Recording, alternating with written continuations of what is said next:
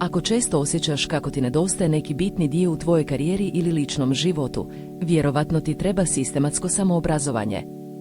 Na kraju ću ti pokazati kako prakticirati 3 moćne tehnike za poboljšanje tvojih vještina i znanja. Ja sam autor ovog kanala, a sada ćemo zajedno ući u detalje o ovoj važnoj temi. Samoobrazovanje je proces koji omogućava da postaneš bolji verziju sebe svaki dan. Kroz sistematsko učenje i unapređivanje možeš dostići ciljeve koje si postavio i postati lider u svojoj oblasti.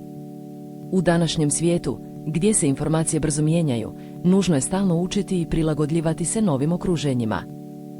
Prva stvar koju trebaš znati za samoobrazovanje je da trebaš postaviti jasne ciljeve. Ovo znači da moraš definirati što želiš postići i kada želiš to postići. Na primjer, ako želiš učiti novi jezik, trebaš odrediti koji jezik želiš učiti, koliko vremena ćeš mu posvetiti svaki dan i koji će ti biti cilj.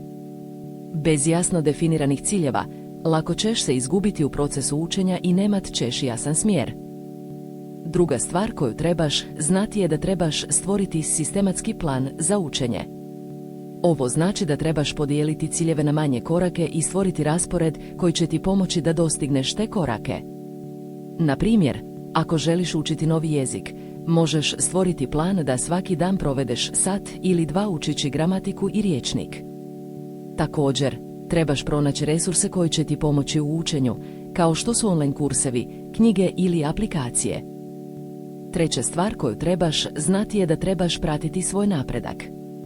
Ovo znači da trebaš redovito provjeravati koliko si napredovao i što još trebaš učiniti da dostigneš svoje ciljeve.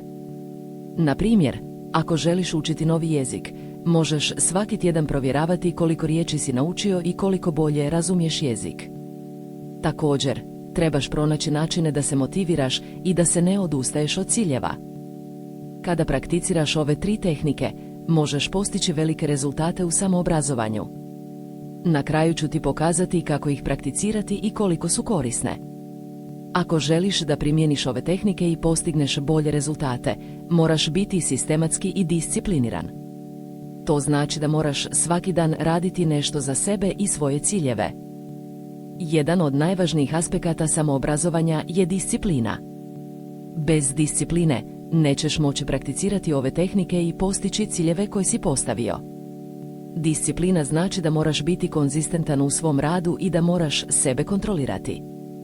Na primjer, ako želiš učiti novi jezik, moraš biti discipliniran da svaki dan učiš gramatiku i rječnik, čak i kada te to umara.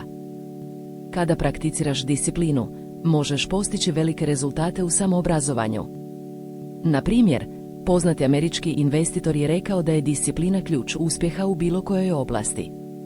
On je također rekao da je potrebno biti discipliniran u svom radu i da se mora kontrolirati sebe da bi se postigla ciljeva.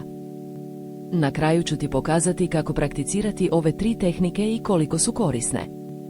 Ako želiš da radiš na sebi i razvijaš mentalnu snagu, zapratite Snaga uma i uključite zvonče.